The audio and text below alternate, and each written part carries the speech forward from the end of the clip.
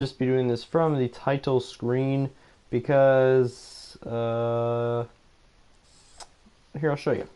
Well, it doesn't want to log us in. So Overwatch is just being weird right now, or down, whatever it is, but it doesn't matter because we're just going to be talking about Overwatch League. So semifinals are done. It is set. There are only 2 teams remaining in the Overwatch League. It's the Philadelphia Fusion taking on the London Spitfire. So I don't think anyone would have really seen this coming, and especially when the playoffs started. Philadelphia, they had a kind of an outside shot, I'd say, but they were one of the more inconsistent teams, so you'd think that that would catch up to them, and that's why they might lose a couple things that they shouldn't, and that would eventually cost them. But they've done extremely well. They've been consistently extremely good. And then the Spitfire, probably the team that had the maybe second worst odds of making it, or like winning the whole thing. But again, they proved all the haters wrong. Crazy turnaround against the Gladiators. They took care of business against the Valiant. So now there's only one team that stands behind them or in front of them and a championship. And like I said, that's the Fusion. So who's going to win this? I'm going to go through the whole thing right now. I'm not going to like split it up, like say, oh, who's going to win the first match, and then tomorrow have another video about who's going to win the whole thing. I'm just going to say, I'm going to put it all together now. So obviously be going through some of the maps and talking about why I think that one certain team will win. And I'll talk about the team specifically in a little bit, but first I want to go through a little bit format and the order of just how it's going to go down, because it's very similar, but it is slightly different than the quarterfinals and the semifinals. So first of all, the maps. What maps are they going to be playing on? I am really glad that you asked. So the match starts tomorrow. It's Friday. Yeah, this will be late upload on Thursday. So Friday, 6 p.m. Central Time. First match. And the maps, of course, for this one are set. It's still a best of 5, and then it's a best of 3 for the overall series. So after Friday, then they will have to play at least 1, maybe 2 more games on Saturday. And then on Saturday, the champion will be crowned. So what are they going to be starting out on? And because Philadelphia is the number 6 seed and London's the 5 seed, it's crazy. The 2 lowest seeds for the playoff teams went to the finals. So London is the home team, so that means that Philadelphia will be attacking first. Honestly, in this kind of format, I think personally, this might just be my preference because this is what I like to do when I play as well, but I think that attacking first is really nice. You get a really good sense for how the game's going to go.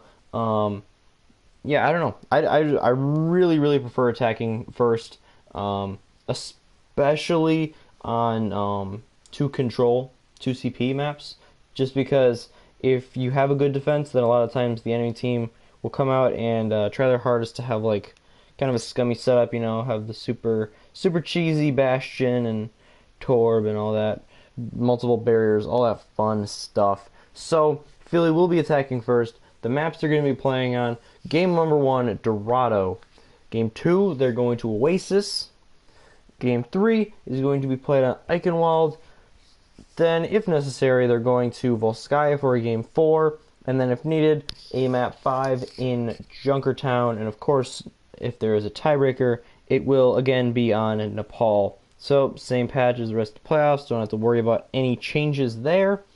Obviously, why would you switch it up before the grand finals? That would be absolutely ludicrous. I might talk about this like when I wrap up the season and start making videos about like what I think went well for Overwatch League, but what should be improved on, some things like that. But I'm not a huge fan of changing the patch before the playoffs again. Like I said, I'll go into more detail about that when I make it in a separate video. It's more geared towards that. But I mean, I think it's pretty obvious. Like, for me, you don't They played the whole last stage on this, and why would you switch it? Because they played really well in all the previous patches. That's what got them here. But then you're going to change it again, which I just think that's a terrible disadvantage for some of the teams, and it kind of makes the whole thing more random, which is good in a way, but not if it's just making it completely random, if there isn't skill involved. But anyway, like I said, that's for another video. For now, Game 1's on Dorado. Who has the advantage here? Well, Spitfire looked good on this map. So did Philly. They both performed well on it in their previous stages. Overall in this matchup, it's so close. Sato has proven to be a very, very good main tank since he made his debut in stage number 4. Of course, he was suspended for the first 3 stages. Then you have London, who they have Gesture on their tank as their main tank. So good. There have been issues on the Reinhardt. His Reinhardt play haven't been as good as like his previous and up to some of the other like very good Reinhardts in the league. So you do have to keep an eye on that. But luckily for London, a lot of these maps, especially this first match, are not very Reinhardt centric. You can still use a lot of Winston here. So I think that alone gives a slight edge to London. Then for off tanks, Philly has the rotation. They use Hotba and Poco. They use Poco for the hybrid maps, so he'll be in for Eichenwald. And then I believe there might be one other type that, because Poco will usually come in at 2 games at the most, but Hotba generally gets more playing time. He plays on like the escort maps, and he plays on, well, sometimes they both play on the escort maps, but he's in for control and some of those other things. So I've said this before, and I stick by it. I still think Poco's better than Hotba. I think having him in, they're just a better team. I don't know their exact win percentages with and without, but they always seem to just play better overall when they have Poco in. He's got the flashy plays, but he also just really solidifies them as just such a hard team to beat. And that's nothing against Hotba. I just think that, and especially with this meta being a bit more aggressive, it is Poco who's the better pick, but I'm sure they will still go with their rotation. And then, of course, London has Fury, who a lot of people have called the best diva in the league. He can also play the Zarya extremely well, so I think that London would probably have an edge when it comes to the tanks.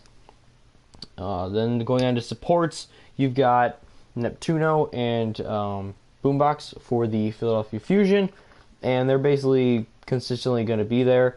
And then for Spitfire, they do switch up their main healer. Sometimes it's Closer, sometimes it is Nuss. They're both good players. I don't think one is markedly better than the other one.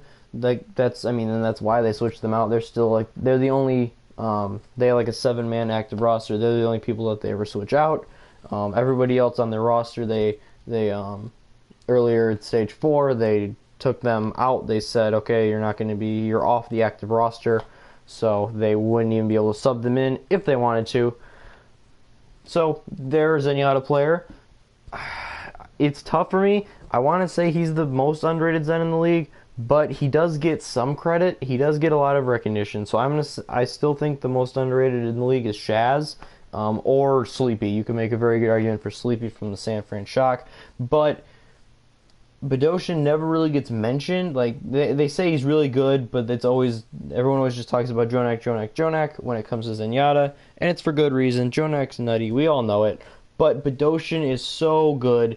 Like I said, he's underrated. Such a good player. He doesn't make mistakes. His ult management is very, very good. He gets picks, I'd say almost more than anyone in the league. I mean, he's got to be up there in terms of picks. He doesn't die often. He's good at dueling DPSs when they get close to him. He can pretty much do it all. He knows which targets to get his orb on for some extra healing.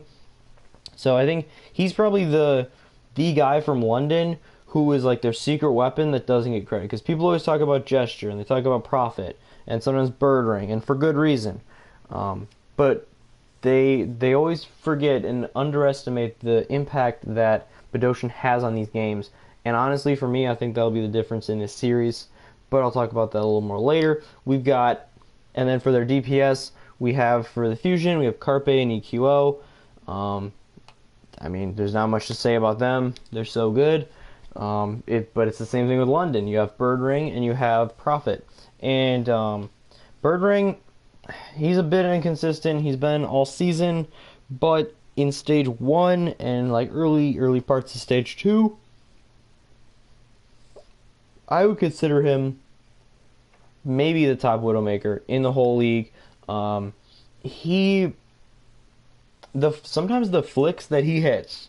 There was a play on Eichenwald against the Valiant. I wish I could just pull it up, where he grapples up and there's a Pharaoh right in his face and it's agilities and he just wipes him off the map. And then he jumps up and at a crazy angle that is so hard to hit, that a guy like me would miss 99 if not 100 times out of 100. He just bang flicks it onto Custa. The Mercy takes him out too, no fault of their own. You want to crowd a Widowmaker as Pharah, and if you got the Pharah Mercy combo going, but he just casually destroys them and just plays like that. It's like him, Carpe, Saya Player, and Pine have the highest. They always have like the highest just go off potential in the whole league, and of course there's other ones too. Most of the Widows in the league can have like those big pop off moments, but they do it like the most consistently throughout the Overwatch League against this top tier competition. So I think Birdring is probably the X factor for London.